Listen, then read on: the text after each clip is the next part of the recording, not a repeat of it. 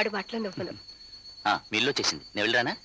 లోపలికి వచ్చి కాస్త కాఫీ తీసిపోకూడదు? మీ ఆయన అంటే నీకు భయం లేదు, కానీ నేను అంతకు తెగిస్తానా?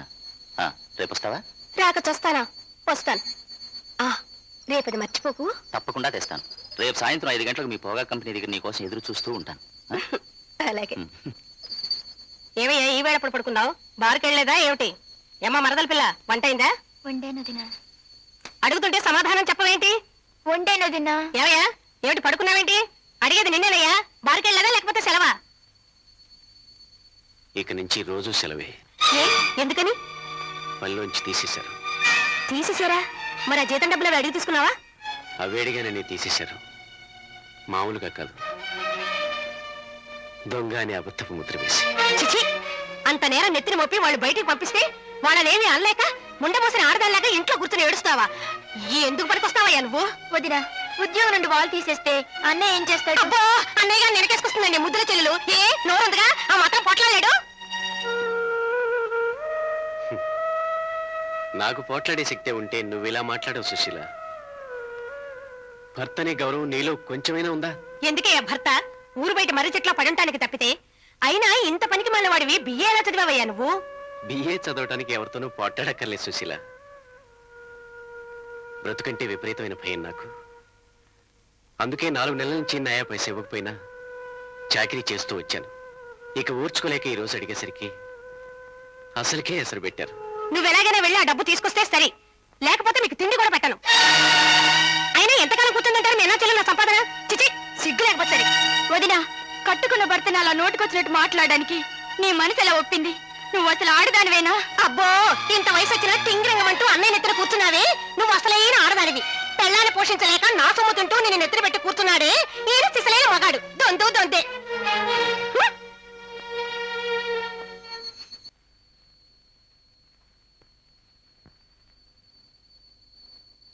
పాడు సినిమా, ఒక పాట లేదు, ఒక ఫైట్ లేదు.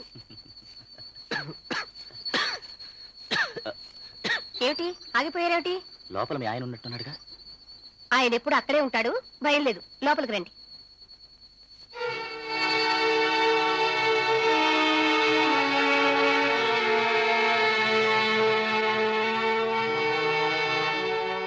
ఏమయ్యా ఇంకా భూంచలేదా? ఏమిటి రాస్తున్నావు? రామకోట, వచ్చిన పుణ్యం చాలు గాని ఇహ పడుకో.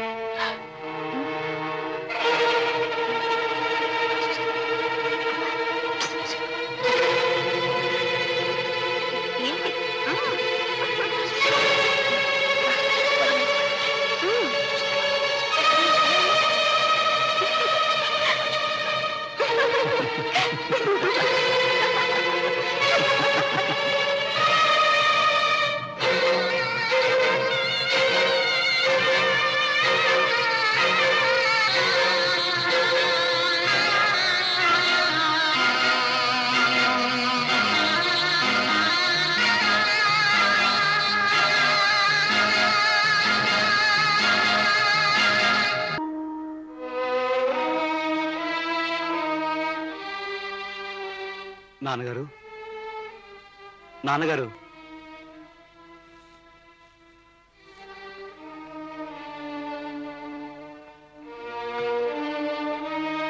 ఈ ప్రపంచంలో నాకున్న ఒక్కగానొక్క స్నేహితుడు ఈశ్వర్. అతను చనిపోయాడు. బ్లేడుతో రక్తనాళాలు కోసుకుని రక్తం కారిపోతూ ఉంటే చూసే దిక్కు లేక చనిపోయాడు. తన చుట్టూ ఉన్న కొంతమంది మనుషుల దురాగతాలకు బలైపోయాడు. ఇక మిగిలింది అతని చెల్లెలు పద్మ. నాన్న వాళ్ళని కోల్పోయిన అనాథ. ఆమె బాధ్యత నేను స్వీకరించాను నాన్నగారు. ఆమెకి ఏ లోటు రాకుండా చూస్తానని, పెళ్లి చేసి ఆమెకు మంచి జీవితాన్ని ఏర్పాటు చేస్తానని నా స్నేహితుడికి మాటిచ్చాను.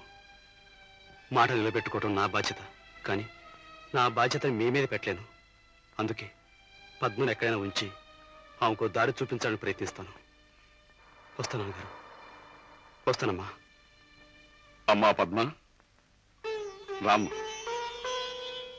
లోపలికి రామ్మా.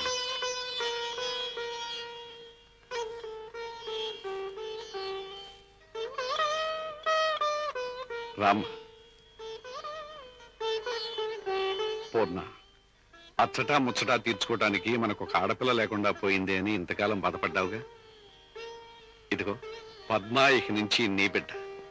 ఇప్పటి నుంచి ఈమె ఆలనా పాలన అంతా నీదే. రామ్మా. నాన్నగారు, పిల్లలు మంచి పని చేస్తుంటే ఏ తండ్రి ఆనందించడు? Take it easy. ఇదిగో అల్లుడా బాయా, నువ్వు చేస్తున్న పని ఏం బాగులేదు. మా పీటగారు అమ్మాయి నిన్నే నమ్ముకుంది. నువ్వు పెళ్లి చేసుకుని తీరాలి. నా చెల్లెలు పెళ్ళయ్యే వరకు నేను పెళ్లి చేసుకున్నాను. నువ్వు సంతే కదా, తెల్లారిసరికి నీ ఇంటి ముందు పెళ్లి కొడుకులు క్యూ నేను పెట్టేస్తాను. నాగేశ్వరరావు గారు, మిమ్మల్ని పిలుచుకొచ్చింది నా పెళ్లి చేయించమని గాని పద్మ పెళ్లి చేయమని కాదు.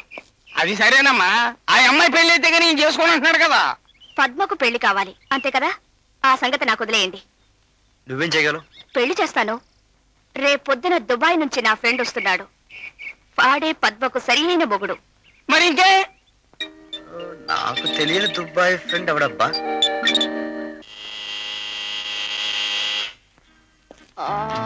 హాయ్ బ్యూటీ, నువ్వేనా పద్మ? అవునే. Fantastic figure. ఎవరు? నీ కాబోయే మొగుణ్ణి. అవును, వచ్చేస్తావా? వెళ్ళిపోదాం. వదిలు, మా అన్నయ్యతో చెప్తానండి. అన్నయ్య, వీడెవడో చూడు, ఇష్టం వచ్చినట్టు మాట్లాడుతున్నాడు. ఎవడరా నువ్వు? నీ కాబోయే బావగారు, అంటే పద్మ కోసం అర్జెంటుగా వచ్చిన దుబాయ్ మొగుణ్ణి. అంటే మా గే చెప్పింది మీ గురించేనా? యా. నమస్కారం అండి. Hello. Thank you very much. Please కూర్చోండి సార్. Oh thank you. కూర్చోండి బ్రదర్ ఇల్లు. It's all right.